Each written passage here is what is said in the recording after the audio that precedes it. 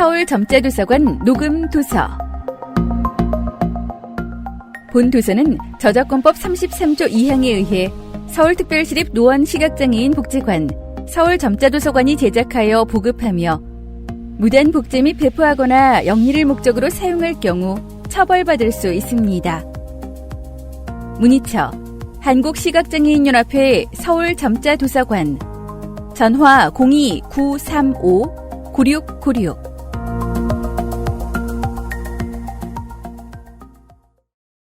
제목: 서울점자도서관이 펴낸 작은 글 모음집. 딴짓. 저자: 권택환, 이은숙, 이지은, 김유래, 김세현, 권태연. 기획: 강완식. 출판 및 인쇄: 꼬닥꼬닥 협동조합. 발행사: 서울점자도서관. 발행 연월일: 초판 1쇄 발행일 2021년 12월. 낭독자 이은정입니다. 차례, 머릿말, 작가 소개, 본문 순서로 낭독하겠습니다. 들어가며. 서울점자도서관, 사서 한지원. 이 책은 서울점자도서관 문화 프로그램, 시각장애인 문학과 교실의 수강생이 프로그램을 진행하며 쓴 조각글들을 모아 한 장에 담았으며 지원 인력의 기고문을 모아 2장에 담아 만들어졌습니다.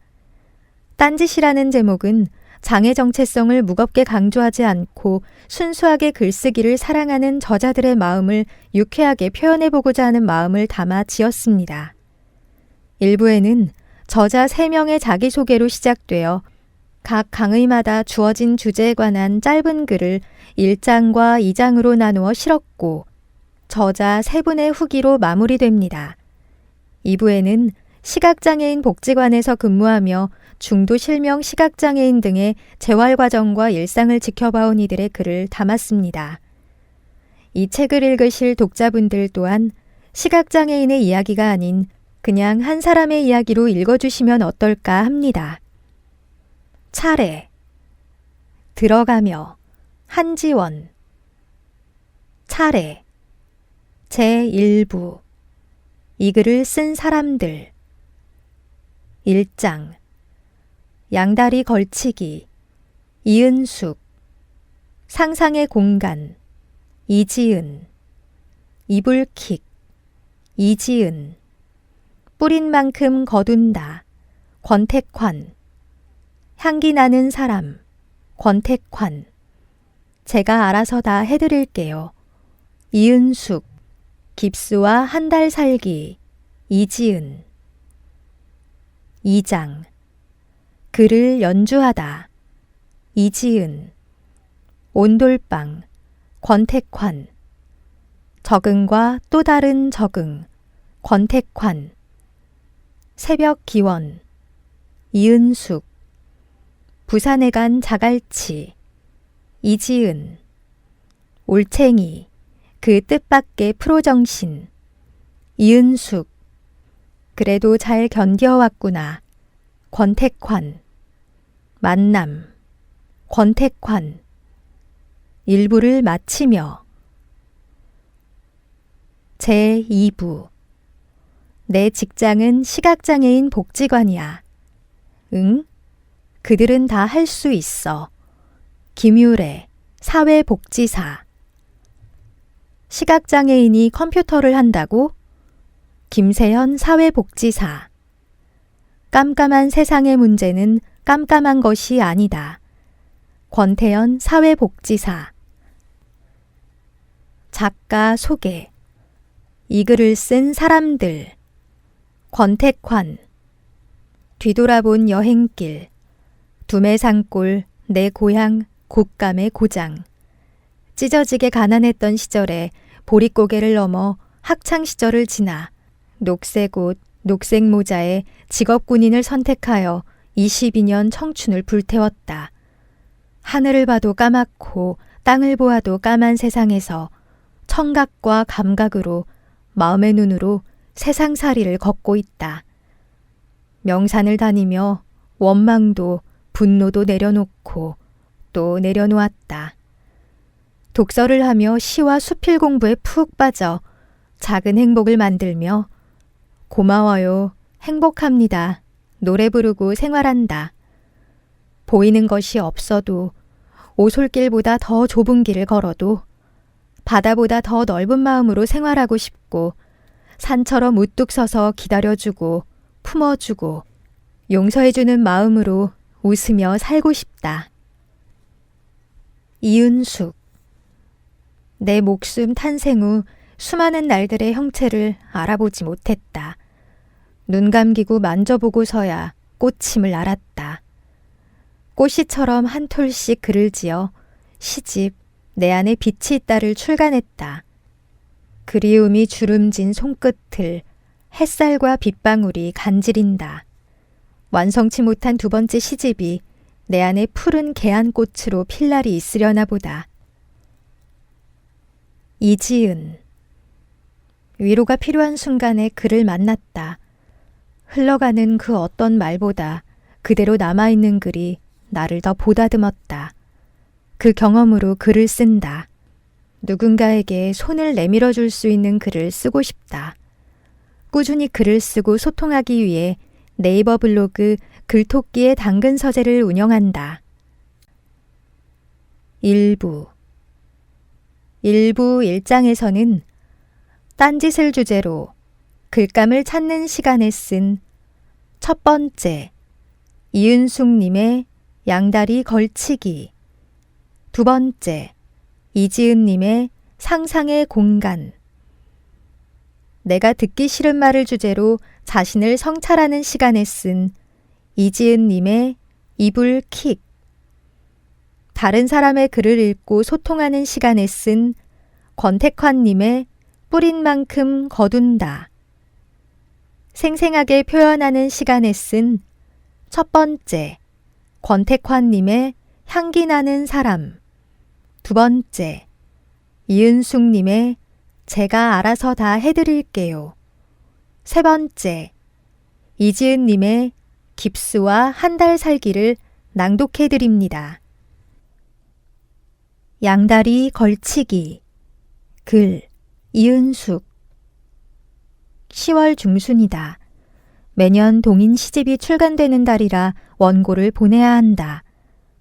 잡지사에는 시 동인님들의 원고가 속속 도착하고 있을 터이다. 졸작이라도 완성된 시들이 있나 챙겨보니 낙서들 뿐이다. 하늘 아래 언젠가 쳐놓은 그물에도 시어 하나 쓸만한 게 없다. 말라버린 가슴샘 대신 갱년기 증상처럼 얼굴에서 진땀이 솟는다. 최근에 정성을 들인 일은 시 창작이 아니라 점자였다. 중도 실명으로 만난 6개의 점자. 둔한 촉각으로 고생이 컸다. 시각장애인용 소프트웨어가 깔린 컴퓨터를 알고부터 방향을 급 선회했다. 근 10여 년이 흘렀는데 작년에 점자책 보급에 열성인 사람을 만난 것이 잘못이라면 잘못이었다. 과거와 달리 왠지 점자에 대한 향수 같은 것이 스미었다. 몇 권 남아있던 점자책을 펼쳐보았다. 왼손 검지를 갖다 대었다. 오돌토돌한 알갱이가 반가울 줄이야. 삿발을 마주 잡은 선수 사이도 아니고 응원해줄 관중도 없는데 점자를 붙잡고 매일 씨름했다. 아니다. 점자에게 잘 보이려고 살살 더듬어보고 조심조심 애무하며 재결합을 위해 공들인 거다. 호락호락할 리가 없는 상대는 그 속내를 보이다가도 등 돌리기 일쑤였다. 그 바람에 희망과 낙담을 오가야만 했다. 오기가 나서 더 달라붙었다. 왼손가락 검지는 물론이고 어깨와 허리까지 탈이 났다. 그럼에도 새로이 깨치는 즐거움에 빠진 것이다. 언제 10월이 되었나. 아니나 다를까 출판사의 원고 재촉 전화가 온다. 차마 제출할 거리가 없다고 말하지 못한다. 발등에 떨어진 불을 꺼야 한다. 컴퓨터에 저장한 파일들을 샅샅이 뒤진다. 끄적거렸던 미완성작을 며칠째 주무른다. 글 한 줄 보태다가 지우다가 모으다가 흐트리기를 수십 차례. 마감날의 자정이 지나간다. 눈은 아까부터 퀭하고 뻑뻑하다. 몇 편이 꾸려진다. 새벽 4시경을 넘겨 드디어 송신 버튼을 누른다. 도르랑거리는 소리를 내며 압축 파일 한 개가 출판사 메일 주소를 향해 검은 새벽을 날아간다. 아니 이게 뭐야? 책상 위에 의자 밑에 아깝기 짝이 없는 머리카락들이 어제보다 더 많이 잡힌다. 스트레스의 결과일 게 뻔하다. 백발일지언정 이런 환절기에 더 추락해버린 한 올 한 올이 아깝고 아깝다. 외도한 엇보이지 싶다. 상상의 공간. 글 이지은. 원숭이 엉덩이는 빨개, 빨가면 사과, 사과는 맛있어, 높으면 백두산. 한국 사람이라면 이 단어들을 딱딱하게 읽지는 않을 것이다. 자신도 모르게 음을 흥얼거리며 노래를 부르고 있지 않을까? 어린 시절에 자주 불렀던 추억의 노래는 꼬리에 꼬리를 물어 생각하는 내 습관을 대변해주는 것 같아 좋았다. 매일 어떠한 것에 꽂혀 생각하다 보면 어느덧 시간이 훌쩍 지나가 버렸다. 정신을 차려보면 그 생각들은 사라지고 없었다. 주로 단어가 아닌 질문들이 머릿속을 지배했다. 원숭이를 생각하다가 백두산이 나온 것도 웃기지만 원숭이를 생각하다가 요즘 트렌드색은 뭐지? 라고 생각하는 것이 더 웃기지 않은가? 호기심이 많아서였을까? 산만해서였을까? 수업 시간에도 부모님께 혼날 때도 밥 먹고 숙제를 하다가도 자주 딴짓을 했다. 친구들과 대화 중에도 딴 생각에 휩싸여 중간중간 놓치는 경우가 있었다. 의도한 것은 아니었다. 그저 생각의 흐름에 따라가다 보면 멍하게 있는 자신을 발견한다. 딴짓을 하다가 부모님과 선생님께 들키면 혼이 났고, 딴 생각을 하다가 친구에게 집중을 못하면 친구는 버럭 화를 냈다. 어떠한 변명도 할 수 없이 그들이 이해가 갔다. 그 누구도 전혀 상황과 관련 없는 행동을 하거나 다른 생각에 빠져 있는 사람을 긍정적인 측면으로 보기는 어려울 것 같다. 한 번은 친구와의 대화 중 친구의 어떠한 말에 꽂혀 생각에 잠겼다. 친구가 하는 이야기와는 아무 관련이 없는 생각을 하던 중에 질문이 날아왔다. 넌 어떻게 생각해? 화들짝 놀란 나는 아무 대답도 하지 못했다. 이런 행동이 잘못되었다는 것을 알았다. 누가 같이 있어도 혼자 다른 공간에서 있는 느낌을 준다면 상대방이 불편해지기 마련이다. 다른 이에게 피해를 주고 싶지 않아 고치려고 노력했지만 저절로 떠오르는 생각들을 지우기란 쉽지 않았다. 나이가 들면서 이런 행동을 상대방에게 들키지 않는 노하우만 생겼을 뿐이다. 머릿속 상상의 나라가 펼쳐지면 어느새 상상의 공간으로 순간이동을 한다. 현실을 직시하고 나면 죄책감에 사로잡혔다. 나조차도 이해하기 힘들었다. 혼자 있을 때는 시간을 허비하면서 무의미한 생활을 보내고 사람들과 있을 때면 자책하기 바빴다.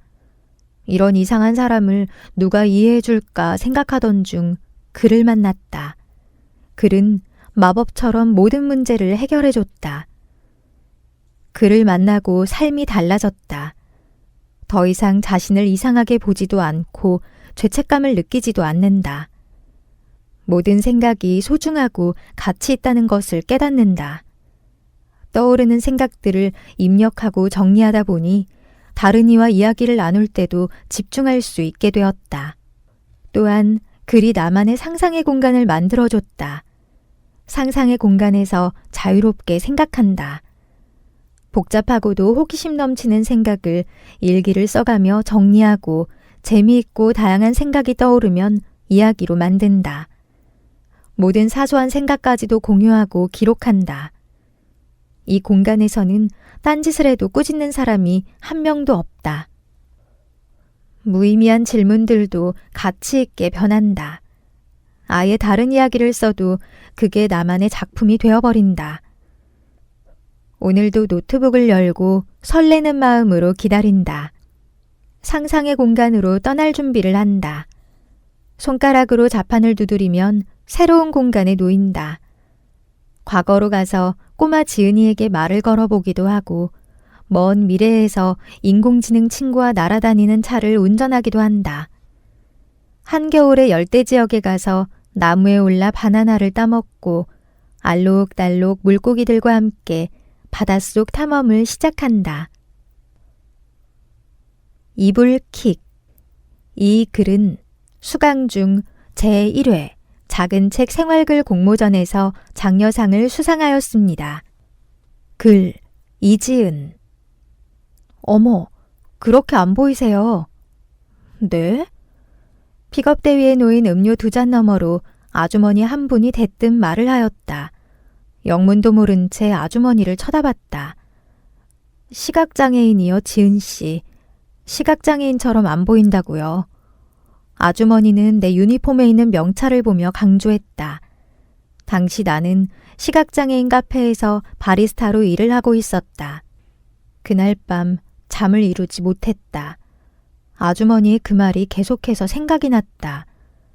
시각장애인처럼 보이는 것은 뭘까? 선글라스에 지팡이를 들어야 시각장애인처럼 보이는 건가? 시각장애인처럼 안 보이는 게 좋은 걸까? 여러 생각을 하던 중 이불을 퍽퍽 걷어차며 아, 감사합니다 라고 말한 자신을 원망했다. 서비스직이니 죄송합니다, 감사합니다를 버릇처럼 말하기 때문이라고 자기 합리화를 하기에는 도저히 용서되지 않았다. 어쩌면 나조차도 장애 인식 개선이 필요했는지도 모른다. 시각장애인은 크게 앞을 전혀 보지 못하는 전맹과 어느 정도 보이는 저시력으로 나눈다. 흔히 시각장애인이라고 하면 전맹인 시각장애인으로 알고 있지만 전맹인 시각장애인은 소수이고 대부분이 저시력 시각장애인이다. 시력과 시야 정도가 각자 다르고 다양해서 같은 병을 지닌 사람일지라도 서로의 눈 상태를 알기란 힘들다. 나는 선천성 저시력 시각장애인이다. 유전병임에도 불구하고 가족 중에 나와 같은 병을 지닌 사람은 없었다. 확대경으로 글씨를 보고 먼 곳을 보는 것 외에는 보행하거나 일반 학교를 졸업하기에 어려움이 크게 없었다. 그래서인지 시각장애인은 나 하나로 알고 살았다. 가끔 TV에서 시각장애인을 보면 어딘가에 살고 있는 그들이 반갑기만 했다. 남들과 다르다는 인식이 장애는 나쁘고 부끄럽다는 것으로 스스로에게 각인되었던 건 아닐까 생각해 본다. 중학교에 입학하여 친구들이랑 어울리며 놀았다. 짝꿍이랑도 티격태격 장난을 치며 즐거워했다. 재미있었던 학교 생활은 커다란 확대경이 들어서면서 달라졌다. 수업 시간에 책이 보이지 않아 확대경을 설치했었다. 컴퓨터 모니터처럼 생긴 확대경은 그 밑에 책을 놓으면 화면에 글씨가 확대되어 나왔다. 그 기계가 들어서면서 책상을 2개를 쓰며 맨 뒷자리를 차지했다.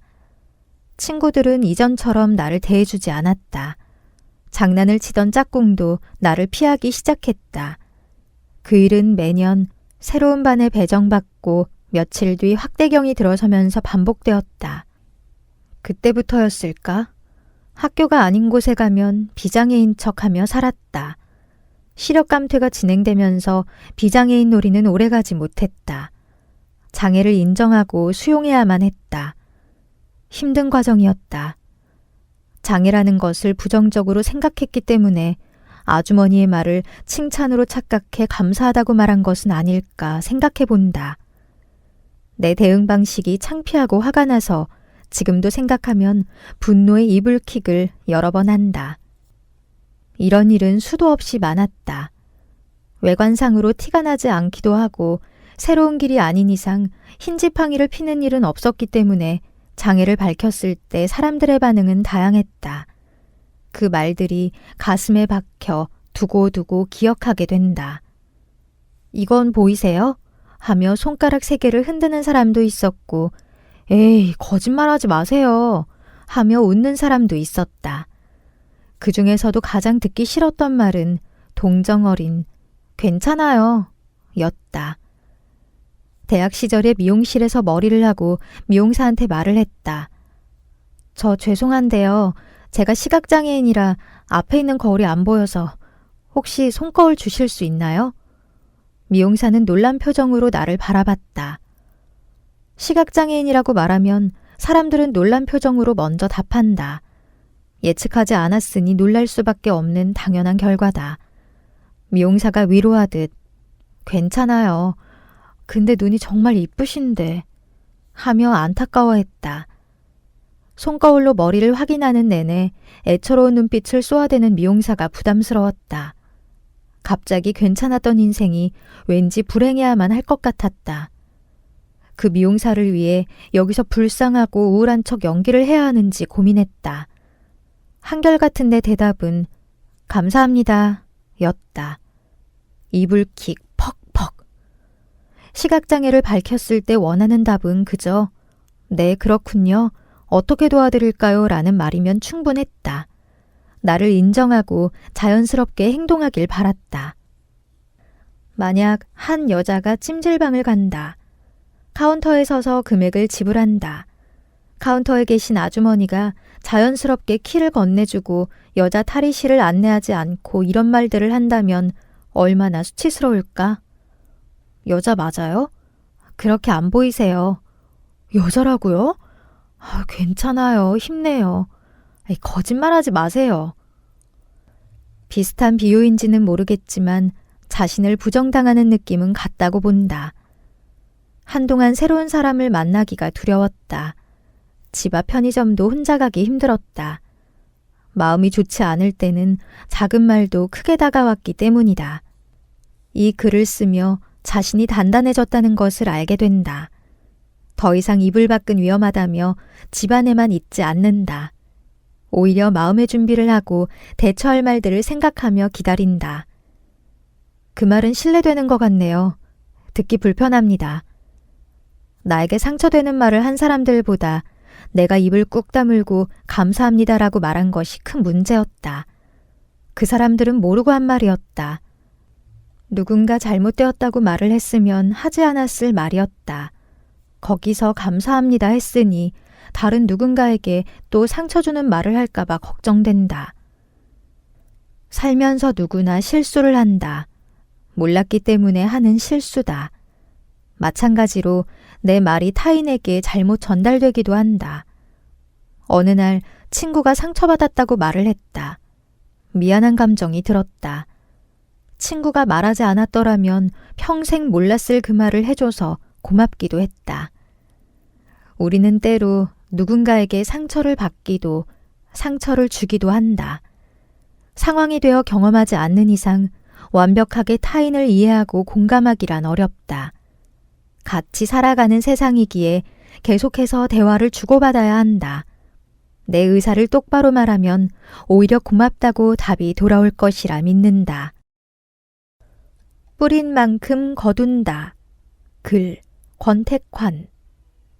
장독 귀신, 안방 귀신, 마당 귀신, 빗자루 귀신 등 웬 귀신들이 그리 많은지 상가에 가서 문상을 하는데 영정사진을 보고 절은 하지 않고 묵념으로 기도한다.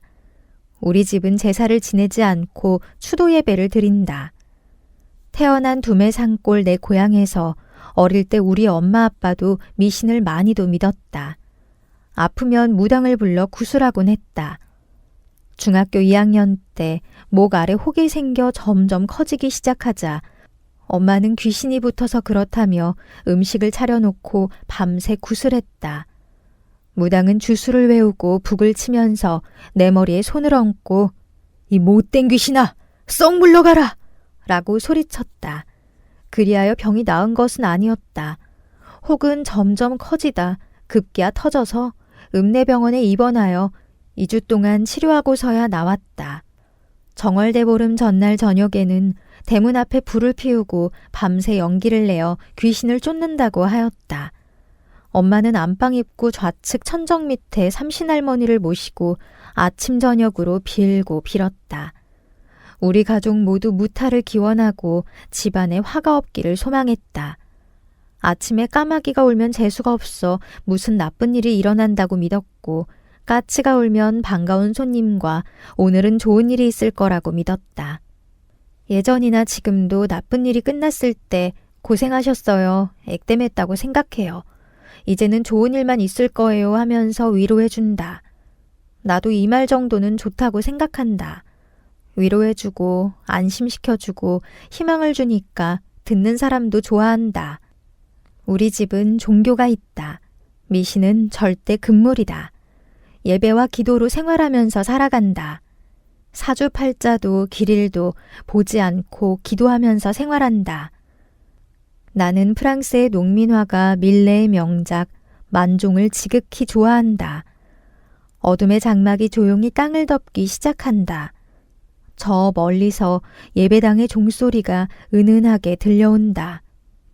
일하던 두 젊은 부부가 일손을 멈추고 조용히 고개 숙여 감사의 기도를 드린다.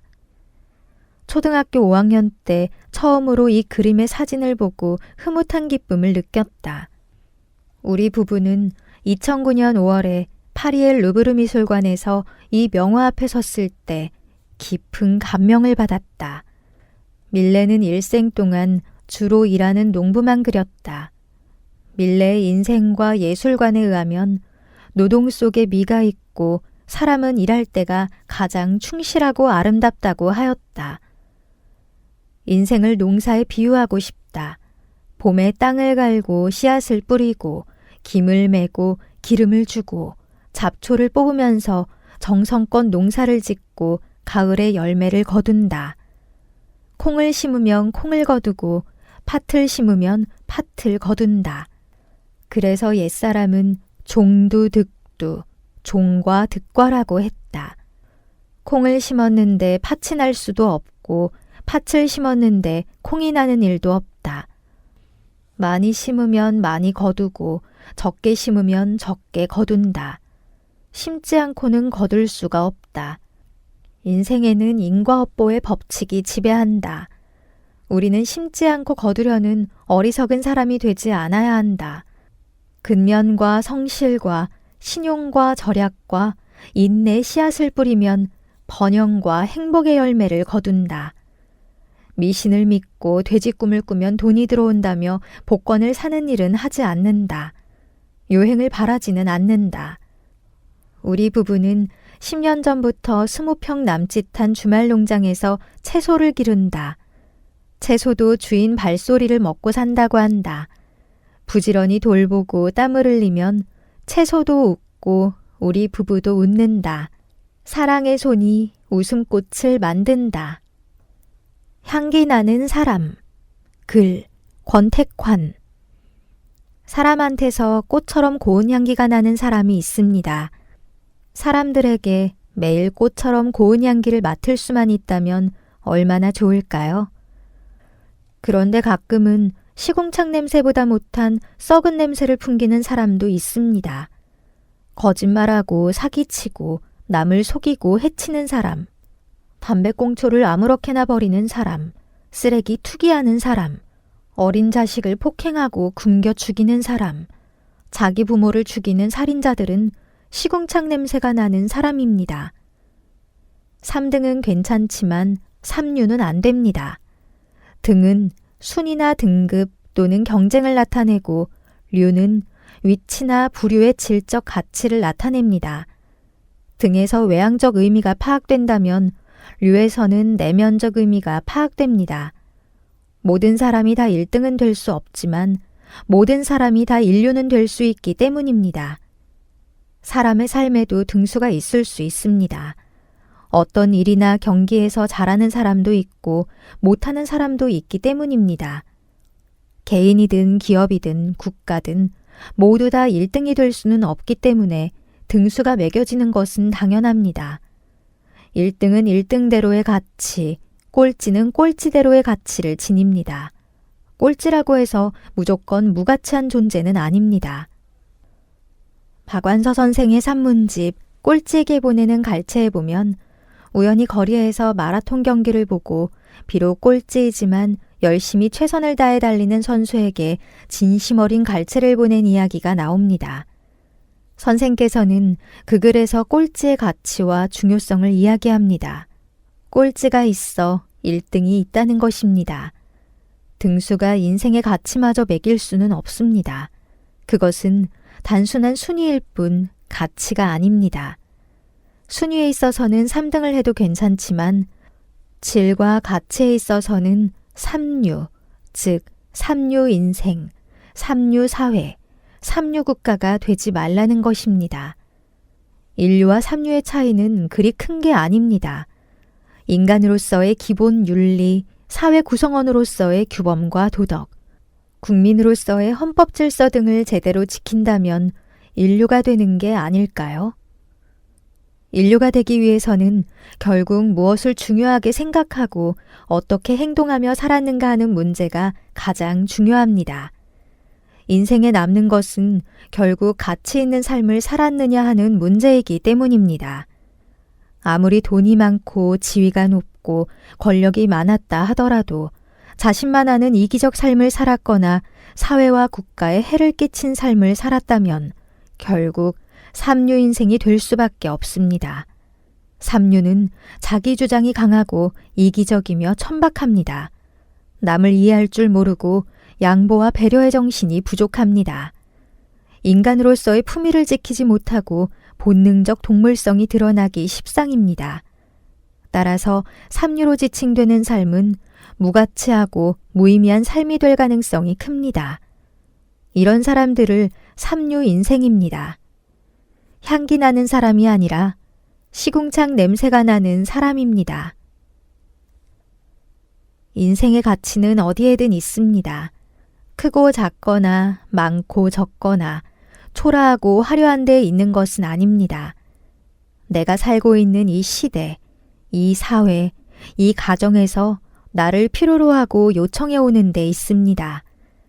어떤 일을 하며 어디에서 살든 그게 무엇인지 스스로 찾고 찾은 대로 실천하며 살아간다면 그게 바로 가치 있는 인류의 삶입니다.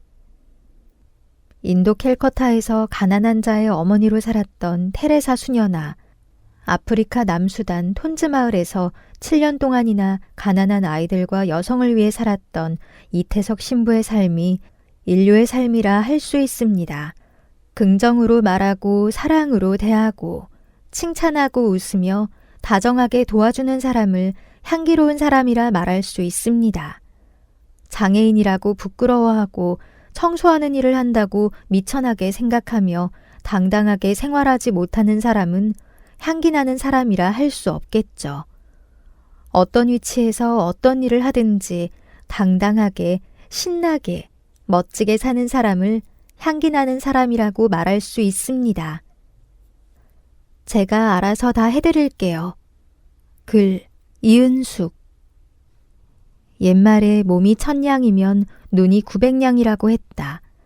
시각장애인이라면 눈을 잃은 것이니 그 몸값은 100냥밖에 안 쳐준다는 말이 된다. 그래서일까? 장애인 중에서도 시각장애인에 대한 편견이 더 심한 것 같다. 눈이 쓸모가 없으니 아무것도 할 수 없는 사람으로 말이다. 그런 사고방식을 가진 활동지원사를 만난 적이 있다. 그녀는 봉사활동을 많이 했고 스스로 독실한 기독교인이라고 소개했다. 상냥하고 부지런했다. 그러나 적극적이고 능동적인 그 행동이 오히려 나를 힘들게 할 줄 몰랐다. 그녀의 친절과 배려가 너무 심했던 것이다. 그 바람에 나의 의지는 외면당하기 일쑤였고 자기 결정권은 박탈 수준이었다. 그녀에게 가장 많이 들은 말은 가만 계세요라든가 제가 알아서 다 해드릴게요였다.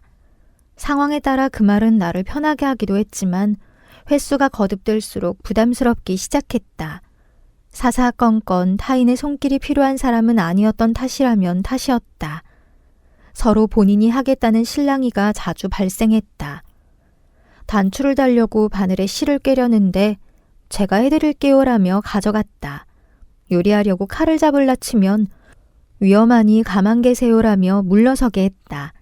옷을 다리려고 다리미의 전원 버튼을 누르는 순간 손대겠어요라며 낚아채 갔다. 평소에 해오던 일인데 원치 않음에도 배려와 친절이라는 이름으로 빼앗겨버렸다. 일거리 중 어떤 부분에서 도움이 필요한지 다시 설명했다. 알아서 다 해드릴게요라는 말이 내게는 불편한 말임을 그녀는 납득하지 못했다. 다른 장애인들은 고마워해서 보람이 컸는데 내 말이 의아하다고 했다. 한마디로 그녀의 친절을 거절하는 별나고 이상한 사람이 된 것이다. 그녀는 마지못해 알았다고 했으나 그 후로 그녀의 행동은 심드렁했다. 중도 장애인이라면 매사에 익숙하게 되기까지의 시간과 노력이 필요한 건 당연하다. 시력이 전무한 내가 웬만한 일거리를 직접 할 수 있기까지는 눈물 어린 연습과 연습의 반복으로 이루어낸 것들이다. 그 성과가 그녀에게는 걸리적거리고 불안하게 보일 뿐 무가치한 것으로 치부되는 모양이었다. 나는 나대로, 그녀는 그녀대로 불쾌감과 서운함이 공존한 채 불어만 갔다. 서로의 간극은 좁혀지는가 하다가도 좁혀지지 않았다. 아니, 좁혀질 수가 없었다. 무엇이든 자기가 직접 해야 마음이 놓이고 보람이 있다지 않던가. 맡겨버리면 불편한 내 몸이 편해서 좋고 그녀의 보람도 빛을 더할 텐데 우리 사이는 그럴 수가 없었다. 누울 자리를 보고 발을 뻗으라는 속담처럼 그녀의 사랑과 헌신은 내 앞에서는 무용지물이고 분노를 일으킬 뿐이었으니까. 결국 일주일도 못 되어 우리는 헤어지고 말았다. 잘못된 만남이었다. 깁스와 한 달 살기. 글 이지은. 한 달 전 깁스를 했다. 그 소식을 들은 가족과 지인들은 걱정했다. 안 보여서 넘어진 거야? 조심해야지. 어쩌다 그랬어? 나는 가볍게 고개를 끄덕이고 그렇게 됐어 라고 덧붙인다. 사람들은 시각장애가 있으니 못 봐서 어디에 걸려서 넘어졌으리라 추측한다. 그런 일이 흔히 일어나긴 하지만 내가 깁스를 하게 된 이유는 시각장애와는 아무런 관련이 없었다. 무엇을 탓할 수도 없이 온전히 내 실수로 인해 넘어졌다. 그게 창피해서 그렇게 됐어 하며 말을 돌리기 바빴다. 발을 화장실 세면대에 올린 것이 실수였다. 그날따라 허리를 굽히고 싶지 않아 발을 세면대에 올리고 씻었다. 위험한 행동인 줄 알면서도 요가 실력을 믿었나 보다. 어느 순간 지탱하던 다리의 중심을 잃어서 그대로 넘어졌다. 순식간의 일이라 정신을 차리고 보니 오른쪽 옆구리와 팔에 축축함이 느껴졌다. 멍한 상태로 천천히 몸을 일으키는데 옆구리가 간지러워 다른 손으로 만져보니 머리카락 두 가닥이 붙어 있었다. 아픈 것보다 더럽다는 생각이 우선 들었다. 주말이라 병원에 가지 못했다. 펭귄처럼 걸어다니면서도 금방 괜찮아질 거라고 생각했다. 월요일이 되자마자 병원을 찾은 건 꼬리뼈의 통증 때문이었다. 발이 아프다는 생각은 크게 못했다. 꼬리뼈에는 이상이 없고 오히려 발가락이 부러져 깁스해야 한다는 의사의 말에 충격을 받았다. 넘어지면서 발이 변기나 세면대에 부딪혔나 보다. 그렇게 깁스와 한 달 살기가 시작되었다. 어떻게 보면 다행인지도 모른다. 꼬리뼈에 금이 갔었다면 한 달 동안 누워 있었을 것이다. 깁스를 하더라도 돌아다닐 수는 있기에 한편으로는 감사했다. 그래도 많은 것이 달라졌다. 최대한 빨리 낫는 게 목적이라고 생각해 회복을 우선해 두었다. 이를 제외한 모든 모임을 취소하거나 비대면으로 할 수 있는 방안을 물색했다. 글쓰기 교육도 마찬가지였다. 혼자서만 글을 쓰다 용기 내어 신청한 글쓰기 교육 프로그램이었다. 그만큼 기대되고 설레었다. 첫 수업을 들은 후에 깁스를 했다. 다행히 강사님의 배려로 비대면으로 수업을 이어갈 수 있었다. 마음이 아팠던 건 헬스와 요가는 잠시 쉬어야 했던 것이다. 집에 오래 있다 보니 식욕만 늘어났다. 살은 계속 부풀고 집안에만 있으니 답답했다. 창문을 열어 찬 공기만 들이마실 뿐 혼자서 밖으로 나가기에는 용기가 필요했다. 일상이 급격하게 불편해졌다. 시각장애인으로 살면서의 불편한 점은 아무것도 아닌 것처럼 느껴졌다. 어렸을 때부터 시력이 안 좋아서였을까? 불편한 눈은 나름 익숙했다. 불편한 다리는 달랐다. 운동을 좋아하고 걷는 것을 좋아한다. 편한 눈은 몰라도 편한 다리는 알았다. 오른발에 깁스를 하는 동시에 일상이 완전히 달라진 것을 느꼈다. 샤워부터가 불편했다. 오른쪽 발에 물이 들어가지 않게 조심히 씻었다. 양말을 신고 비닐봉지를 씌우고 고무줄로 묶는 방법도 해보고 일부만 씻기도 했다. 이동하기도 꺼려졌다.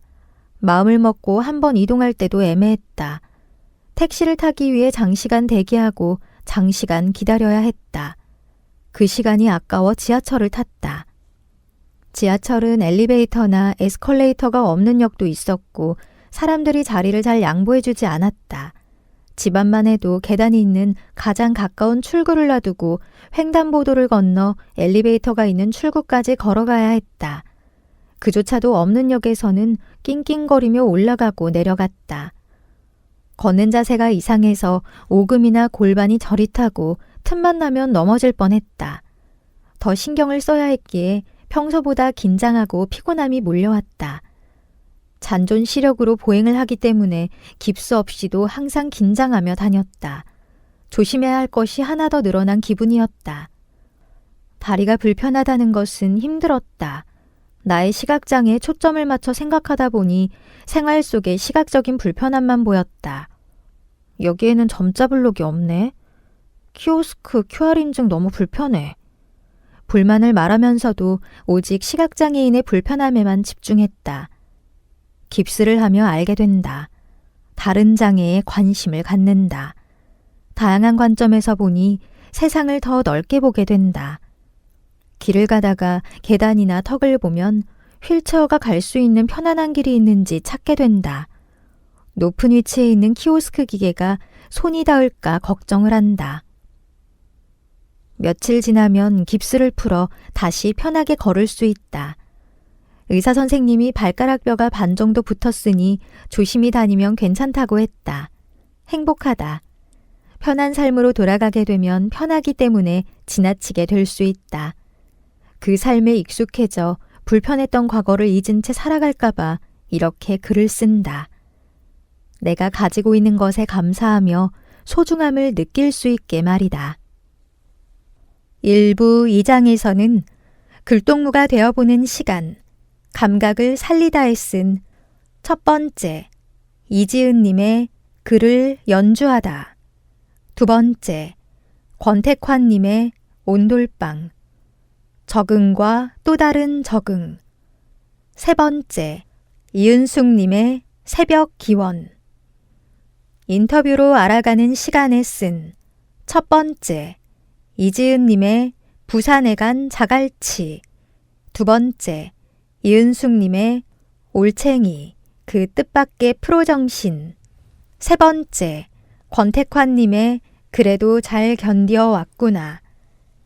폭력과 멀어지는 시간에 쓴 권택환님의 만남을 낭독해드립니다. 글동무가 되어보는 시간. 감각을 살리다. 첫 번째, 이지은님의 글을 연주하다. 두 번째, 권택환님의 온돌방. 적응과 또 다른 적응. 세 번째, 이은숙님의 새벽 기원. 인터뷰로 알아가는 시간. 첫 번째, 이지은님의 부산에 간 자갈치. 두 번째, 이은숙님의 올챙이, 그 뜻밖의 프로정신. 세 번째, 권택환님의 그래도 잘 견디어 왔구나. 폭력과 멀어지는 시간. 권택환님의 만남. 글을 연주하다. 글, 이지은. 작은 원룸에서 노트북 자판을 두드린다. 급격하게 추워진 날씨 탓일까? 아침부터 경량 패딩에 양털조끼까지 걸치고 수업을 기다렸다. 손가락이 전처럼 빠르게 움직이지 않는다. 양손을 주머니에 넣었다 빼기도 하고 모아서 입김을 불어 따뜻한 온기를 채운다. 굳었던 손가락이 잠에서 깨듯 스르르 녹아 꼼지락거린다. 다시 노트북 키보드 자판 위에 양손을 얹는다. 자판을 두드리다 보니 어렸을 적 피아노를 배웠던 기억이 생각난다. 엄지, 검지, 중지, 약지, 새끼손가락 모두 누구 하나 뒤처지지 않게 열심히 일을 했다. 긴장되어 경직된 자세와는 달리 손가락은 자유롭게 움직였다. 10손가락이 최선을 다해 아름다운 선율을 만들어냈다. 그 소리가 춤을 추듯 귓가를 간지렸다. 피아노 수업은 재미있었다. 두드리면 원하는 대로 소리가 나는 악기가 신기했다. 새로운 연주를 배우고 가족에게 뽐내기도 좋았다. 어린 나이에 멋있는 피아니스트의 모습을 꿈꾸며 즐겁게 배웠다. 한 곡을 완성해서 연주하면 성취감이 생겼다. 조금씩 배우다 보면 점점 발전하리라는 기대감도 있었다. 선생님은 매일 숙제를 내줬다. 동그란 원이 10개가 그려진 수첩을 주며 곡을 한번 연습할 때마다 하나씩 색칠하라고 했다. 어느 정도 연습을 하다 보면 좋았던 음악이어도 질려버리곤 했다. 매번 같은 연주만 반복하다 보니까 실증이 났다. 10번을 채우기란 생각보다 쉽지 않았다. 하기 싫은 날에는 한 번만 연습하고 엄마 몰래 10개를 다 색칠하고 수업을 기다렸다. 지금은 도레미파 솔라시도를 겨우 치는 음악을 알지 못하는 사람, 시쳇말로 음알못이다. 피아노를 배웠다고 하기 창피할 정도로 기억을 더듬어서 오른손만 까딱이는 수준이다. 음알못이긴 하지만 음악을 듣는 것을 좋아한다. 음악은 마음을 치유해주는 힘이 있다고 믿기 때문이다. 기분에 따라 음악을 선곡한다. 잔잔한 음악으로 위로를 받고 신나는 음악으로 기분이 좋아진다. 어린 시절을 회상하다 보니 글과 피아노는 비슷한 점이 꽤 많았다. 10손가락을 이용해 두드리면 도레미 소리 대신 노트북에 설치되어 있는 센스리더가 가나다를 말한다. 10번의 동그라미를 다 색칠하기 전에 금세 질려버리는 연주가 쓴 글을 퇴고하다가 질려서 더 이상 읽고 싶지 않은 원고와 같다. 피아니스트는 못 되었지만 마음을 울리는 글을 쓰고 싶다. 누군가에게 위로가 필요한 순간에 내 글이 아름다운 선율로 바뀌어 그 사람에게 전해졌으면 좋겠다. 진심 어린 이야기로 감정을 공유하는 친구 같은 편안한 글이 되길 바란다. 그 마음으로 오늘도 글을 연주한다. 온돌방. 글 권택환.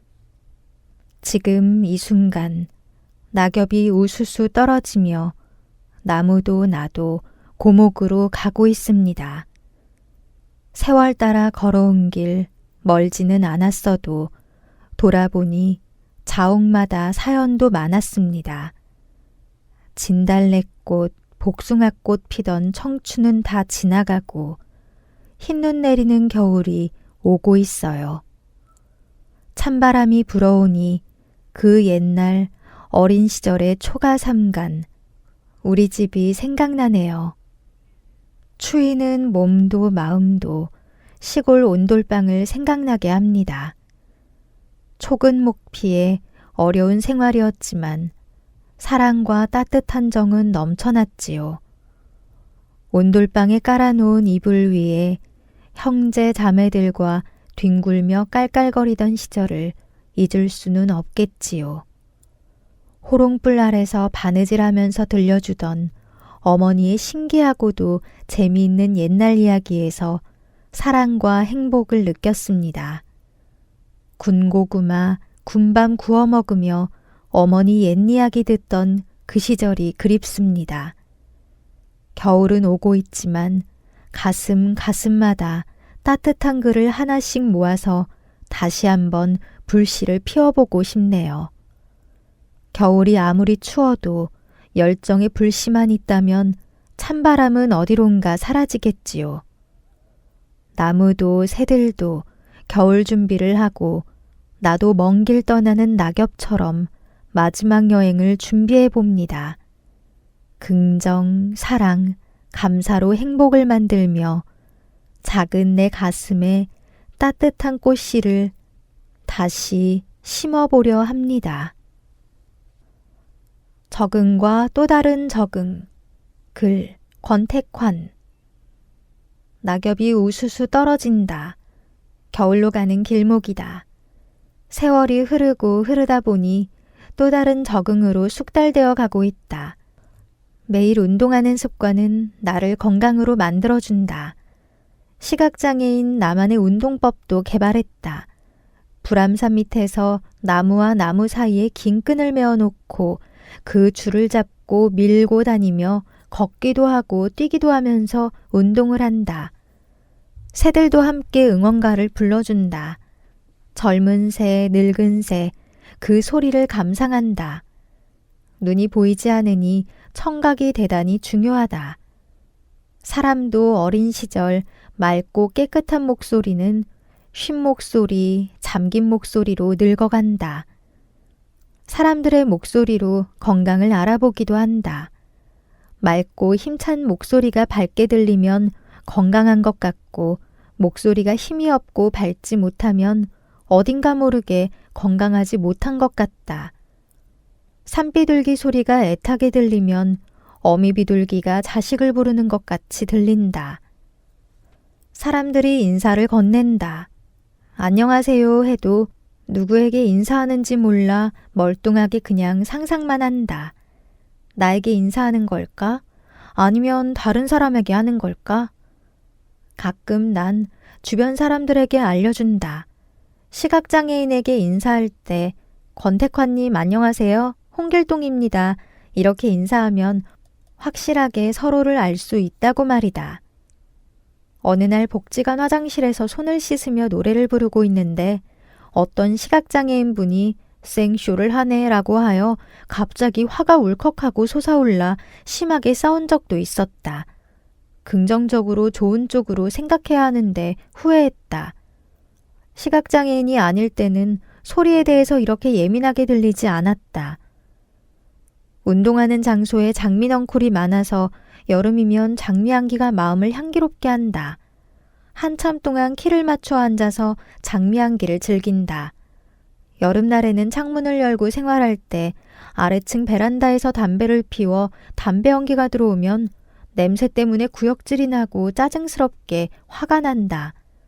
아파트 공동생활에서 층간소음 문제로 싸우고 담배 연기 때문에 싸우는 일도 많이 보았다. 사소한 일로 싸움이 시작되면 나중에는 큰 싸움으로 발전하여 큰일이 생기는 것도 보았다. 하루는 방에서 컴퓨터를 두드리고 있는데 음식 타는 냄새가 나는 것 같았다. 부엌으로 가보니 분명히 음식 타는 냄새인데 우리 것인지 다른 집에서 나는 것인지 잘 모르겠다. 냄비에 코를 가까이 하고 한참 냄새를 맡으니 이제 막 타는 냄새가 시작된 것이었다. 얼른 가스레인지를 끄고 밸브까지 잠갔다. 나중에 아내가 들어오더니 깜짝 놀란다. 가스불을 끄지 않고 시장에 갔다 왔단다. 시각이 없으니 청각과 후각, 감각이 더 발전한다. 보이지 않으니 소리와 냄새에 예민해지나 보다. 청각과 후각이 발전한 것은 좋지만 예민하여 남들과 가끔 다툼이 일어나는 것은 경계해야 한다. 새벽 기원. 글 이은숙. 휴대폰 알림 소리가 잠을 깨운다. 시계 버튼을 터치하니 새벽 3시가 넘은 시각이다. 그래, 어제 딸이 전화해서 빠른 배송 물품이 올 거라고 했지. 알림을 확인한다. 택배기사가 물품을 문 앞에 두었단다. 여태껏 잠들지 못하고 그녀가 고생이 많다.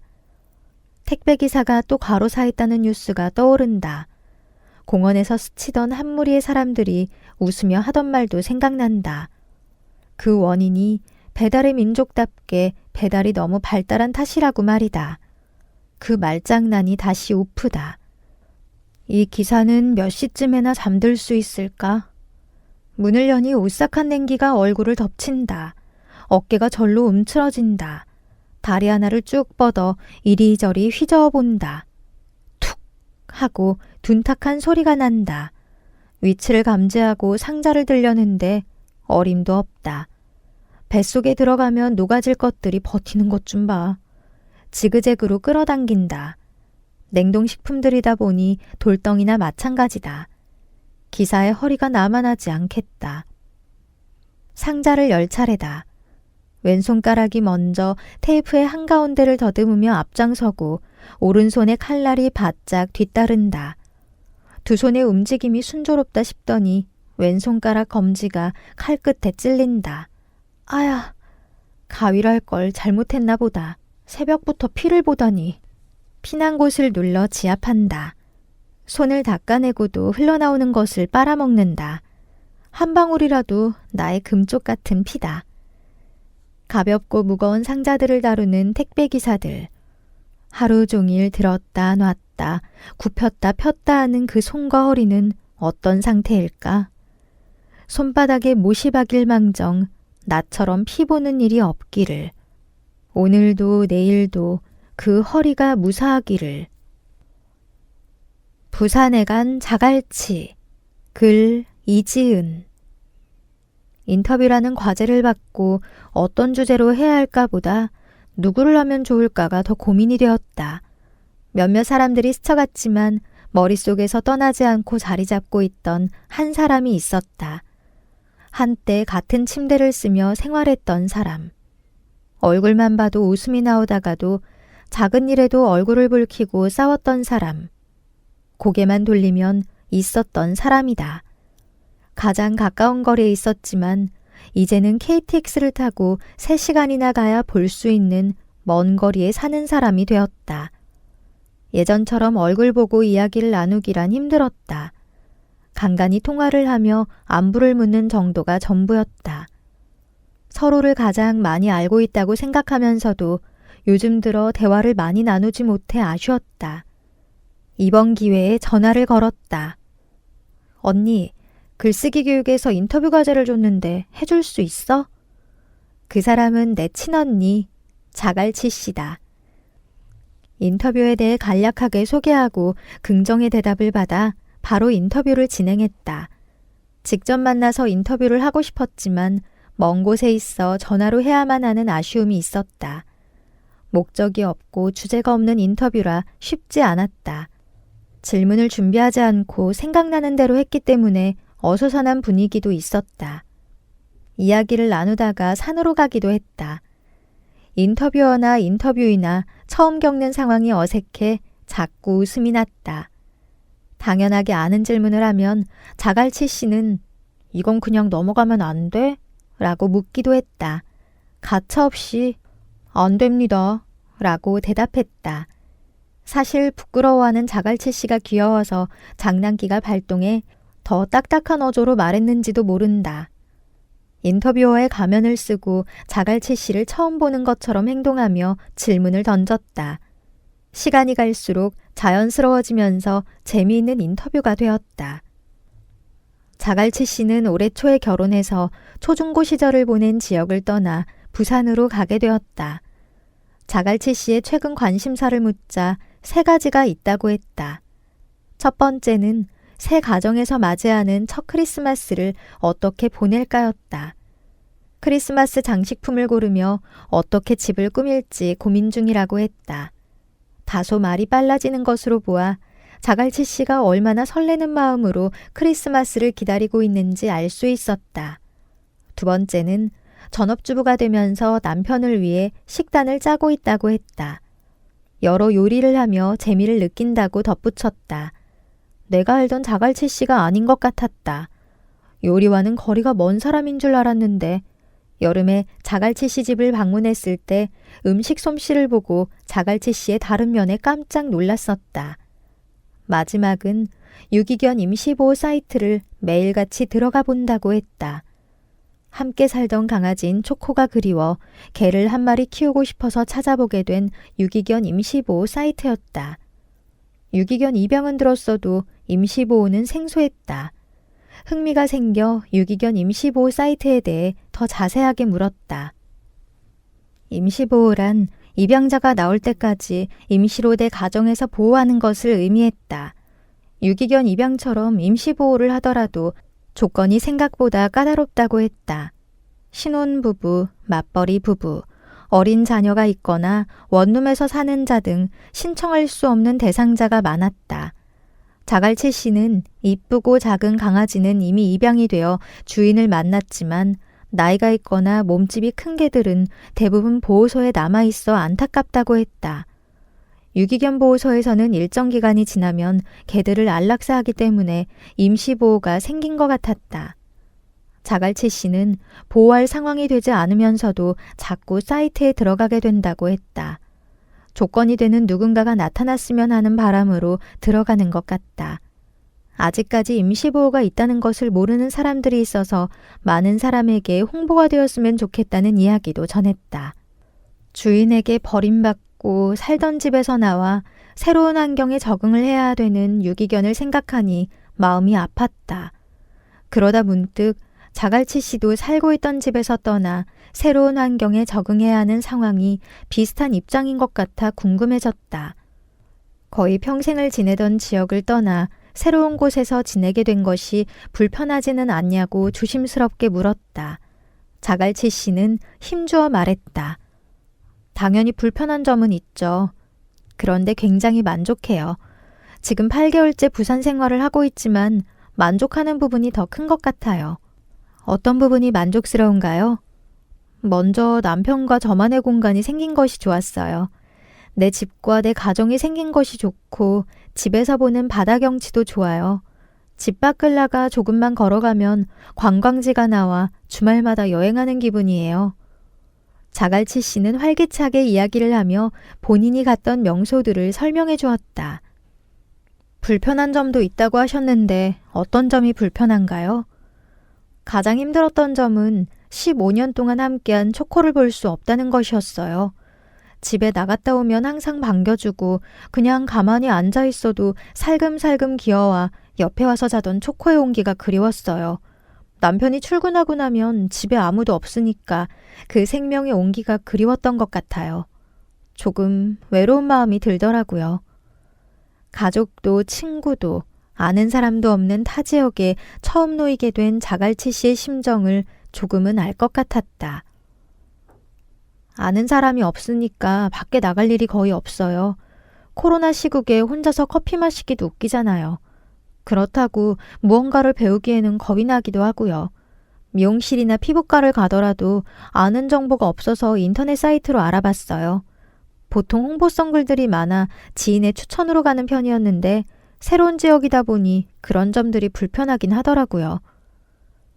이러한 이야기를 들으니 나는 과연 타 지역에서 불편함을 이겨내고 만족하면서 지낼 수 있을까 하는 궁금증이 생겼다.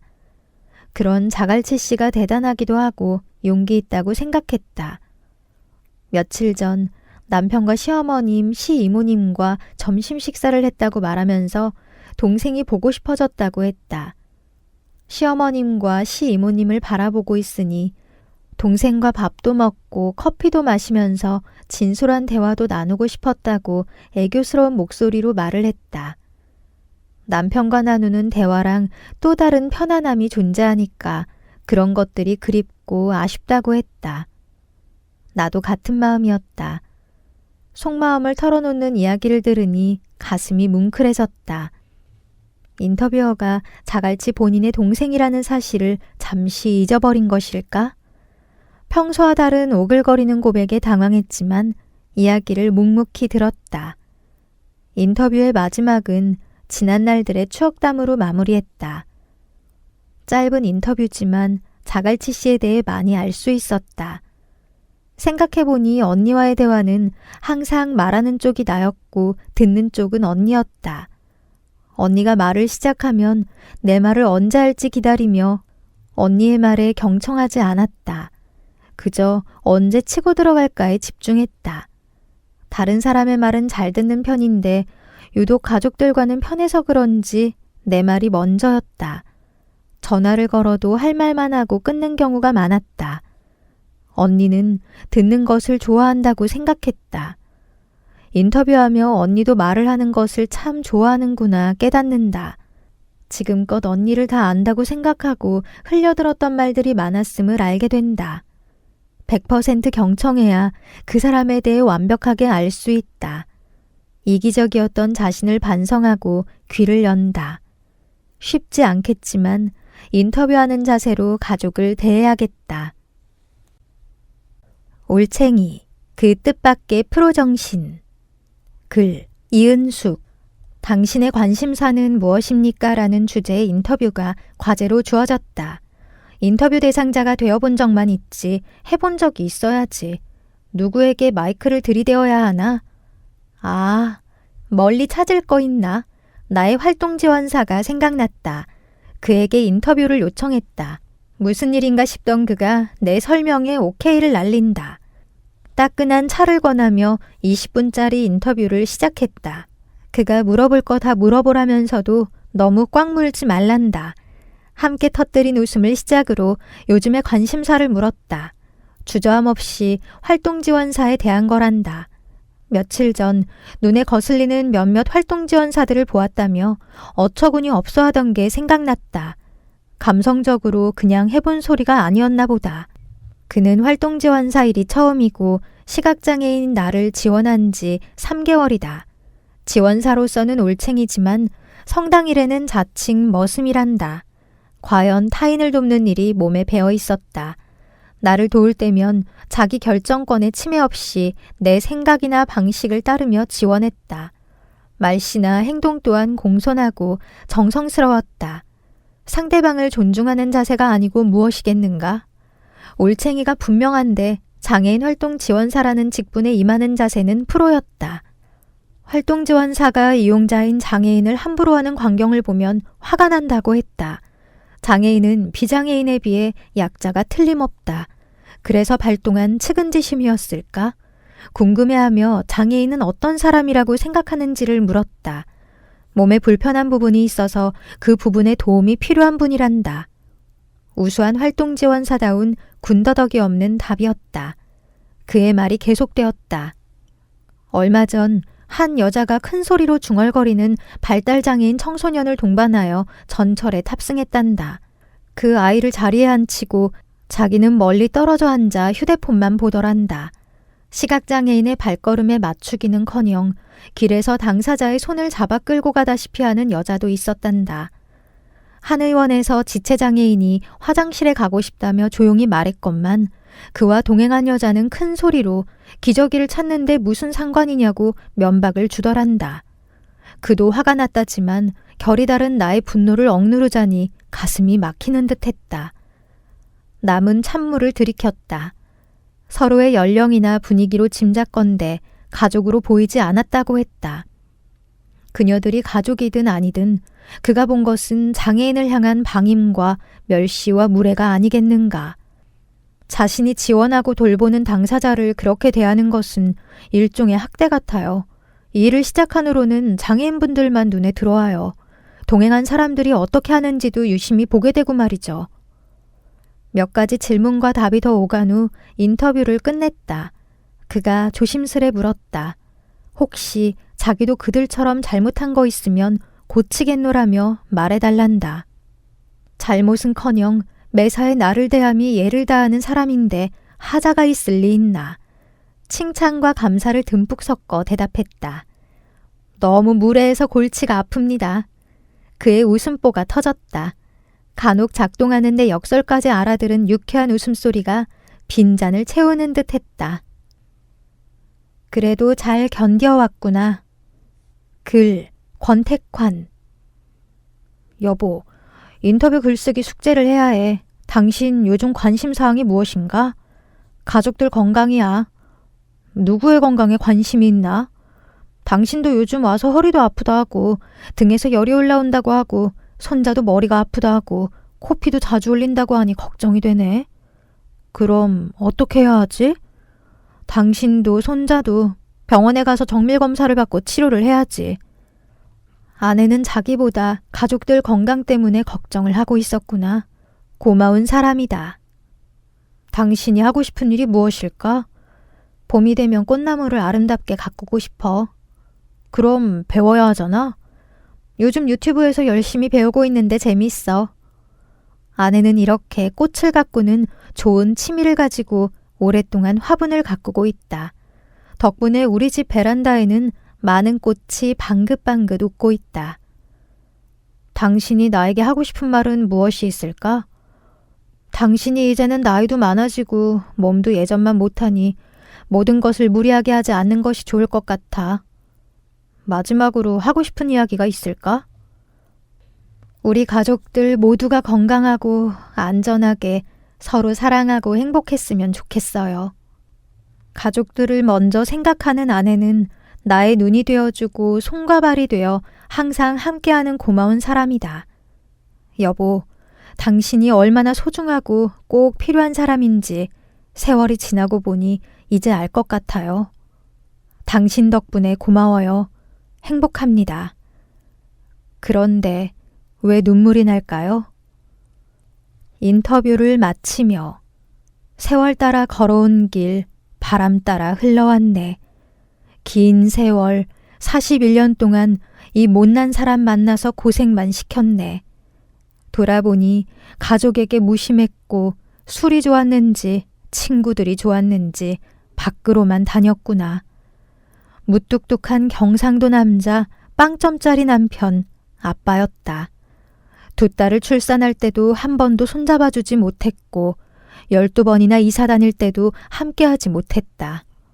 직업군인을 선택하여 22년을 녹색옷에 녹색모자로 청춘을 흘려보냈다. 항상 박봉에 시달렸고 아내는 부업으로 열심히 생활했는데 난 소비가 심했다. 예편을 하자마자 이자를 많이 준다는 사채업자 꼬임에 빠져 전 재산 날리고 아내의 마음을 아프게 했다. 더 큰 시련이 다가왔다. 실명이다. 우린 울기도 많이 울었지. 아내는 어려움 속에서도 알뜰하게 살아왔다. 고마운 사람이다. 만남. 글. 권택환. 길거리서 사과를 파는 젊은이가 친구 결혼식에 축의금 10,000원과 편지 한 통을 아내 편에 보낸 이야기다. 하루를 벌어야지 하루를 먹고 사는 리어카 사과 장수가 이 좋은 날 너와 함께할 수 없음을 용서해다오. 사과를 팔지 않으면 아기가 오늘 밤 분유를 굶어야 한다. 어제 온종일 추위와 싸우며 번 돈이 이것뿐이다. 아내 손에 사과 한 봉지도 보내니 신혼여행 가서 먹어라. 내가 어젯밤 백열등 아래서 제일 좋은 것만 골랐다. 만남은 참으로 중요하다. 순간의 만남이 운명을 바꿔놓기 때문이다. 누군가 삶을 풀어보니 사람이고 사람을 합쳐보니 삶이더라고 설파했다. 사람 인자도 서로 기대어 살라는 상형 문자이다. 사람은 더불어 살아야 하는 사회적 동물로 독불장군으로 혼자서는 살 수 없다. 파리의 뒤를 쫓으면 화장실 주위만 돌아다니며 살게 되고 꿀벌의 뒤를 쫓으면 꽃밭을 논일며 살게 될 것이다. 사람은 누구와 사귀고 더불어 사느냐에 따라 운명이 달라진다. 물도 바위 절벽을 만나야 아름다운 폭포가 되고 석양도 구름을 만나야 붉은 노을이 곱게 빛나 보이며 인생도 살다 보면 때로는 좋은 일이 또는 슬픈 일이 때로는 힘든 일이 있게 마련이다. 좋은 만남을 통한 인생의 행복을 누리기 위해서는 누구를 만나느냐에 따라 결정된다. 앞에서 말한 좋은 이야기들처럼 생활하지 못했다. 성격이 운명을 결정한다는 말도 있다. 내성적인 성격이고 소심하며 부끄럼이 많다. 겁도 많고 용기도 없다. 긍정적으로 생활하지도 못했고 부정적이고 비판적으로 살았다. 습관이 하루아침에 변하지는 않았다. 며칠 전에는 친구와 전화로 대화 도중에 그것은 네 생각이고 하였더니 그 친구가 화를 내며 예전부터 내가 긍정적으로 말하지 못한 내용까지 끄집어내면서 상당히 기분이 상한 말투로 화를 내며 전화를 끊었다. 생각해보니 내 말투가 상당히 화를 내는 듯하고 비판적으로 이야기하여 통화와 대화를 기피한다는 친구들 이야기도 들은 적이 있었다.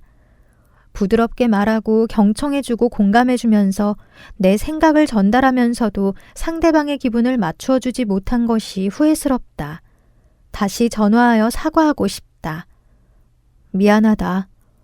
네 말이 맞는데 내가 억지로 너의 말을 나쁘게 비난했구나. 용서해다오. 라고 말하고 싶다. 태어나서 죽을 때까지 많은 사람을 만난다. 그러나 좋은 사람을 만나기는 쉽지 않다. 좋은 사람을 만나는 것도 복 중의 복이다. 좋은 사람을 만나는 것보다 삶을 더 풍요롭게 하는 것은 없기 때문이다. 좋은 사람을 만나기 위해서는 먼저 나부터 좋은 사람이 되어야 한다. 말과 행동을 긍정적으로 하고 부드럽게 사랑으로 행동하며 감사하는 마음으로 대해야겠다. 일부를 마치며 첫 번째 글, 권택환. 생활 글쓰기를 마치면서 글 쓰는 공부는 도전이라는 상상의 나래 속으로 나를 몰고 간다. 깊이 빠져 허우적거리니 물속에서도 하늘을 보았다. 더 구체적으로 나의 마음을 두드리라. 많은 경험을 엉뚱하게 생각해보자고 먼 산을 쳐다본다. 배움에서 느낌으로 알아차렸다. 다시 한번 돌아봐야겠다. 읽기와 쓰기를 함께 나누어야겠다. 고요한 밤하늘을 바라보며 다시 새롭게 시작한다. 일부를 마치며 두 번째 글, 이은숙. 운문이든 산문이든 쉬울 리가 없다. 익숙지 않은 산문 쓰기는 더 그랬다. 길라잡인 강사님을 믿고 이끄는 대로 뒤따랐다. 좌충우돌하던 글이 가닥을 잡았다. 내친 김에 나의 문학 한계점이 빙하가 녹듯이 녹아지면 좋겠다. 덕분에 산문이 나의 문학 활동의 또 다른 움터가 될 것 같다. 일부를 마치며 세 번째 글, 이지은. 벌거벗은 기분, 글쓰기 과제를 받은 첫 느낌이다. 가족 아닌 누군가에게 내 글을 보여주기가 창피했다. 수강회차가 쌓이면서 뻔뻔해진다. 이호선 선생님의 명강의에 많이 배울 수 있었다. 권택환 선생님과 이은숙 선생님의 첫 독자가 되는 기쁨을 맛볼 수 있었다. 내 글을 공유하며 당당한 글쓴이로 거듭난다. 책 제작에 힘써준 한지원 선생님을 포함한 문학과 교실의 모든 선생님께 감사드린다. 2부. 내 직장은 시각장애인 복지관이야. 응? 그들은 다 할 수 있어. 노원 시각장애인 복지관 지역사회복지사업 담당 김유래. 세상에는 많은 직업군이 있다. 나는 사회복지직에 종사하고 있는 근로자다. 어느 직장인과 마찬가지로 일하면서 보람을 느낄 때도 있고 힘에 부칠 때도 있다.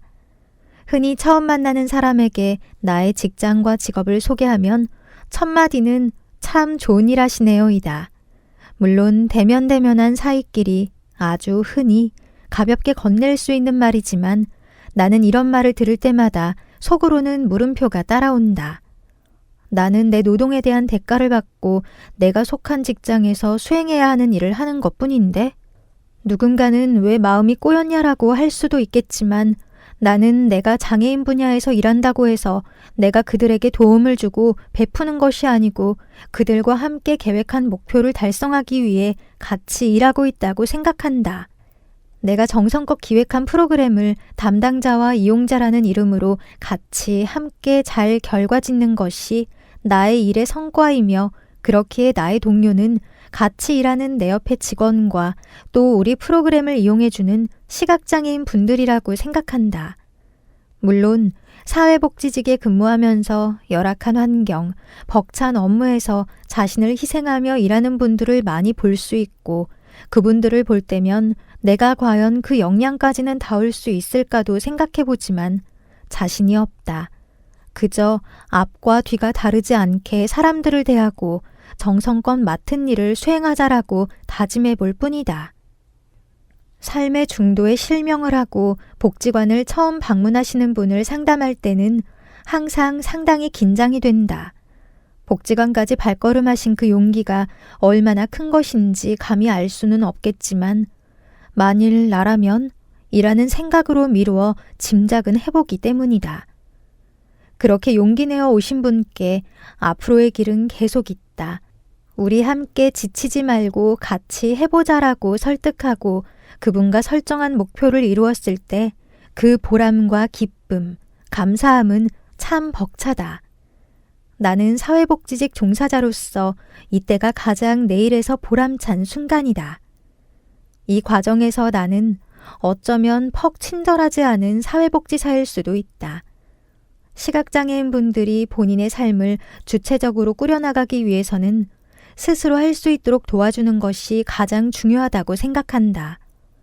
개개인의 상황에 따라 다르겠지만 내가 먹고 싶은 것을 골라서 먹고 가고 싶은 곳으로 가는 것을 본인 스스로 할 수 있음을 기본으로 하고 활동 지원사 등 돌봄 서비스를 이용하셔야 한다고 강조한다. 방향 정의에 대해 이해하신 분들에게는 물건이 떨어졌을 때 주워드리는 것보다는 본인의 몸을 기준으로 몇 시 방향에 어느 정도 거리에 물건이 떨어졌다고 알려드리고 본인이 주우실 수 있도록 옆에서 정보를 드린다. 같이 밥을 먹을 때도 따로 반찬을 덜어드리기보다는 반찬의 위치를 알리고 본인이 좋아하는 반찬을 드시게 한다. 그 과정에서 서투르면 다시 또 알려드리면 되는 것이다. 이런 과정에서 답답한 일은 하루 종일 복지관에서 스스로 생활하는 훈련을 배우고 또 아직 미숙한 다른 시각장애인도 도와주면서 지내시다가 가족이 있는 가정으로 돌아가셨을 때 다시 원점이 되는 경우가 많다. 물론 중도 실명하신 분의 부모님, 가족들도 당사자 못지않은 두려움과 불안을 느끼실 것이다. 복지관에 다녀온 내 가족이 서툴게 수저를 짚는 일도 안타깝고 혼자 물을 따라 마시려다 자칫 흘리는 모습을 보면 가슴이 미어질 것이 인지상정이다. 그래서 가족분들을 만날 때마다 다소 섭섭하게 들릴지라도 꼭 잔소리를 하게 된다. 혼자 하실 수 있는데 도와주시면 안 됩니다. 상황을 설명으로만 해주세요. 정보만 주세요. 안전하지 않을 때만 개입하세요. 이러한 일들을 거치면서 시각장애인 당사자도 가족도 마음이 단단해지고 조금 다른 모습일지라도 다시 금방 일상으로 돌아갈 수 있다고 믿는다. 사회복지직에 일하는 직장인으로서 시각장애인 동료들과 함께하면서 특별할 것 없는 사소한 보람, 지침을 느끼기도 하고 때로는 특별하기도 한 경험들을 하면서 지내왔다. 앞으로도 오래오래 나의 직장에서 내 일에 소임을 다하는 사람으로 남고 싶다. 시각장애인이 컴퓨터를 한다고? 노원 시각장애인 복지관 여가 문화지원 담당 김세현. 나의 지인 중 시각장애인에 대해 알지 못하는 사람들은 나와 함께 근무하는 시각장애인 직원이 업무를 할 때 엑셀, 한글 등 다양한 프로그램을 사용한다는 말을 듣고는 대부분 비슷한 반응을 보였다. 시각장애인이 컴퓨터를 한다고? 시각장애인이 네트워크 메신저를 쓴다고? 라며 매우 놀라는 모습이었다. 이런 말을 들을 때마다 나는 시각장애인은 수상스키도 타고 등산도 할 수 있어 라며 더 놀라운 이야기를 하곤 했다. 지금 생각하면 등산하고 수상스키 타는 것이 보통 일인데 그때 나도 놀라운 일이라고 생각했던 것 같다. 이 대화는 2009년도 여름날의 일이었다. 나도 처음 시각장애인이 등산을 하고 달리기를 하고 컴퓨터를 통해 정보를 검색하는 것을 보고 많이 놀랐던 기억이 있다. 그것을 이루기 위해 얼마나 많은 노력과 시간이 필요했음을 알지 못하고 그저 특별한 능력을 가지고 있을 거라는 생각을 했다. 2011년에 시각장애인과 등산교실을 진행한 때의 일이다. 등산을 처음 하신다는 한 분은 청바지에 검정 구두를 신고 흰 지팡이를 들고 참가하셨다. 수락산 깔딱고개에 힘겹게 오르시는 모습을 보고 앞으로는 참석하지 않으시겠지라는 생각을 했다. 하지만 그분은 등산교실 프로그램에 어느 누구보다 꾸준히 참석하셨고 어느 날인가부터 구두가 아닌 트레킹화를 신고 흰 지팡이가 아닌 등산용 지팡이를 들고 여유 있게 산을 오르는 모습을 보여주셨다. 물론 시각장애인이 안전하게 등산할 수 있게 큰 도움을 주신 당시 서울메트로 산악회 회원 자원봉사자의 도움도 있었지만 산을 오르고자 하는 본인의 노력이 가장 큰 원동력이었다고 생각한다. 그때 나는 시각장애인은 할 수 없을 거야. 시각장애인은 어려울 것 같은데 라는 큰 제한을 두었던 나의 생각이 잘못되었음을 깨달았던 것 같다. 맹학교를 졸업하고 구직 활동을 위해 복지관을 찾았다가 생활체육 프로그램의 상담을 위해 나와 만난 어느 시각장애인 친구가 있다. 그 친구는 등산, 볼링, 트레킹, 요가 등 많은 프로그램 중에 수영교실에 관심을 가졌다. 바닷가에 놀러 간 적은 있지만 수영장이라는 곳에 처음 입장한 그 친구는 허리까지 물이 차는 수영장에 처음 들어갔을 때 공포를 느끼는 모습을 보였다. 온몸을 사시나무 떨듯한 그는 손을 뻗어 수영장을 더듬다가 목까지 차오르는 깊은 곳에서 비명을 지를 정도였다. 수영장에 들어가기 전에 많은 설명을 했지만 막상 몸으로 느끼니 그 공포는 내가 상상할 수 없는 큰 고통이었을 거라는 생각이 든다. 그 후로 수영장 벽을 잡고 발차기를 하고 킥판을 잡고 몸을 띄우는 법을 배우고 킥판을 놓고 자유형으로 10m, 25m를 나가기까지 약 6년 정도 걸린 것 같다. 지금 그 친구는 코로나로 인해 수영장에 못 가는 상황을 그 누구보다 아쉬워하고 있다. 대부분의 사람들이 그 친구가 많은 시간 동안 수영장에서 영법을 익혀 수영에 익숙해졌겠구나라고 생각하겠지만 곁에서 항상 지켜본 나는 이런 생각을 한다. 킥판을 잡고 수천, 수만 번의 발차기를 하고 수영장의 그 많은 물을 엄청나게 마시고 5m 나아가다 멈추고 10m 나아가다 멈추고 했던 수많은 노력이 그 친구가 수영에 익숙해지게 만들었다. 그 모습을 보고 나니 어떤 일이든 노력하지 않고 쉽게 얻으려고 했던 내 자신이 몹시 부끄러웠다. 이 글을 적는 지금도 그 부끄러움이 가슴 깊은 곳에서 나를 꾸짖는다. 나는 복지관에서 일을 하며 중도실명 후 복지관에 처음 나오시는 분들을 왕왕 만나게 된다. 그분들을 뵙고 다양한 상담을 하다가 등산 프로그램에 한번 같이 가시죠. 여름에 수상스키가 있는데 함께 가시지요라고 말을 건네곤 하는데 대부분 제가 그걸 어찌해요. 저는 못해요라며 손사래를 치시곤 한다. 해보시라고 수차례 말씀드리면 못 이기는 척 참석했다가 그 누구보다 열정적으로 프로그램에 참가하시는 경우가 많다. 이 글을 읽는 많은 분들은 점자를 익히셨거나 컴퓨터 사용에 익숙하신 분들일 거라 생각된다. 주변에 시각장애인 복지관에 대한 정보가 없으시거나 점자를 모르시는 분, 복지관의 다양한 프로그램에 대해 전혀 모르시는 분들이 계시다면 집에서 가까운 곳에 위치한 복지관을 꼭 알려주시기 바란다. 시각장애인 복지관은 시각장애인 분들이 더 많은 것을 배우고 더 많은 것을 경험하고 더 많은 일을 할 수 있는 주춧돌의 역할을 하고 있다. 나는 그 튼튼한 주춧돌의 작은 조각이 되어 더 많은 시각장애인이 오늘보다 조금 더 웃고 즐거운 내일을 맞이할 수 있도록 마음을 다잡아야겠다. 깜깜한 세상의 문제는 깜깜한 것이 아니다. 노원 시각장애인 복지관 생활체육 담당 권태연. 앞이 보이지 않는 깜깜한 세상을 상상해 본 적이 있나? 난 없다. 젊을 때 나쁜 눈을 더 잘 보이게 하기 위해 라섹 수술을 하고 일주일간 눈을 감고 지낸 시간이 가장 비슷한 경험이다. 그때도 답답함 때문에 억지로 눈을 떠 눈물을 흘리고 아파한 기억이 전부다. 지금까지 살아온 내 삶에는 장애보다는 신체의 건강함을 자부하는 사람들만이 존재했다. 강철도 씹어먹을 듯한 군인 생활, 체육을 전공으로 하는 학교 생활, 앞이 보이지 않는 사람들이나 장애에 대해 생각해 본 적은 없었다. 그런 내가 시각장애인을 만나게 된 것은 시각장애인 복지관에서 근무하면서부터다.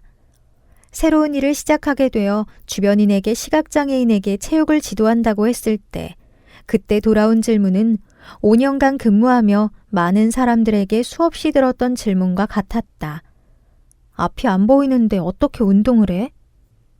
시각장애인들과 체육을 한 지 5년이 흐른 지금 생각해보면 참 편견 가득한 질문이지만 시각장애를 가진 사람들과 체육 수업을 잘 이끌어 나갈 수 있을지 나 또한 걱정했었던 것 같다. 장애인 체육은 학교 수업을 통해 그것도 발달장애 어린이를 대상으로만 해봤었고 시각장애인과의 운동은 처음이었기 때문에 수업 첫날 긴장의 목소리가 떨렸던 기억이 아직도 생생하다. 막상 시각장애인과의 수업이 시작되고 수업이 끝나는 박수 소리가 귓가에 들리자 언제 걱정했냐는 듯 고민이 눈 녹듯 사라졌다. 단순하게도 시각장애인 수업이라고 특별한 것이 없었기 때문이다. 다만 정도의 차이가 있기는 했지만 말이다. 가령 비장애인 수업은 내가 하는 동작을 보고 진행되기 때문에 수업의 진행 속도가 빠르다. 시각장애인 수업은 장애의 정도에 따라 내가 하는 동작을 보고 따라하는 분도 있지만 설명을 듣고 동작을 진행하기 때문에 수업의 진행 속도가 느리다. 동작의 완성도를 높이면서 진행해야 하기 때문에 조금 더 느릴 뿐이다. 하지만 이러한 속도도 수업을 꾸준히 나오시는 분들에게는 익숙하게 작용되어 비장애인 수업과 속도의 차이를 느끼지 못하게 된다. 이렇듯 앞이 안 보이는 사람도 운동하는데 아무런 문제가 없다는 뜻이다. 시간이 흐르면서 내가 고민하고 당면한 문제는 다른 것이었다. 시각장애인이 보이지 않아 운동을 못한다는 편견보다 더 심각한 것은 시각장애인들이 운동에 대한 접근성이 낮다는 것이었다. 물론 모든 시각장애인 분들이 그런 건 아니기 때문에 내가 경험한 시각장애인 분들이 그렇다는 이야기다. 체육시설, 헬스장, 수영장, 요가학원 등은 시각장애인이 개인적으로 등록하기가 쉽지가 않다. 안전적인 이유로 거절당하는 경우가 제일 많으며 안내자를 동행하거나 그룹으로 수업을 진행하지 않는 이상 개인적으로 정규반에 들어가 운동을 하는 것은 거의 불가능하다. 이러한 참여 장벽을 낮추고자 시각장애인 복지관에서 근무하면서 나는 부단히 노력했다. 수영장 레인을 대여하고 요가, GX, 그룹 엑서사이즈, 필라테스, 등산 등 일상생활에 도움을 주는 근력, 유연성 운동과 수상스키, 웨이크보드, 스키 등 계절 스포츠를 통해 비장애인과 동일한 레저 활동을 즐길 수 있도록 시각장애인을 위한 생활체육을 운영했다. 이러한 체육 활동은 시각장애인의 다양한 운동에 대한 접근성을 높이기 위한 노력 중의 하나였다. 그러나 이러한 노력도 코로나19 바이러스의 발생으로 삶을 송두리째 바꾸어 놓았다. 야외 활동이나 만남이 제한되면서 시각장애인의 삶은 더욱 힘들어졌다. 사람과 사람이 만나 진행되는 안마업은 시각장애인의 주된 생계마저 잃게 했다. 복지관도 코로나19 비대면 대응체제로 돌입하면서 이용 인력이 제한됨에 따라 갈 곳 없는 시각장애인은 집에만 머물러야 했다. 집에만 있는 시간이 길어질수록 몸도 마음도 지쳐가게 된 것이다. 시각장애인이 코로나에 감염되면 누가 데리고 가주겠어. 혼자서 2주 동안 격리되면 누가 날 챙겨주겠어. 그래서 난 집에만 있을래. 복지관을 자주 이용하시는 한 이용자와의 전화대화에서 그가 겪고 있는 답답함을 느낄 수 있었다. 시각장애로 인한 이동의 제한, 누군가의 도움을 받아야 한다는 부담감 등 여러 가지 어려운 상황이 그를 집 외에 다른 것을 선택할 수 없게 만든 것 같아 마음이 무거웠다. 현재는 백신 접종 여부에 따라 복지관 수업이나 비대면 수업이 가능하기는 하지만 감염의 위험 때문에 집에만 있으려는 시각장애인들이 더 많다. 하지만 다른 한편으로는 스마트폰을 사용하지 않는 이용자는 비대면 수업이 어렵고 백신 접종이 완료되어도 코로나19 방역 지침에 따라 소규모로 프로그램이 진행되기 때문에 수업에 참여하지 못하는 시각장애인들이 많은 것이다. 하루빨리 팬데믹 상황을 뚫고 이용 제한 없이 복지관에 다 함께 모여 무겁고 답답한 마음을 운동으로 해소하는 시간을 가졌으면 좋겠다. 앞이 안 보이는 것은 운동하는데 아무런 제약이 없다는 듯 우리에겐 그게 문제가 아니라는 듯 말이다. 이상으로 서울 점자도서관이 펴낸 작은 글 모음집, 딴짓 낭독을 모두 마치겠습니다. 지금까지 낭독자 이은정이었습니다. 끝까지 들어주신 여러분께 감사드립니다. 니다. 니다. 니다. 니다. 니다. 니다. 니다. 니다.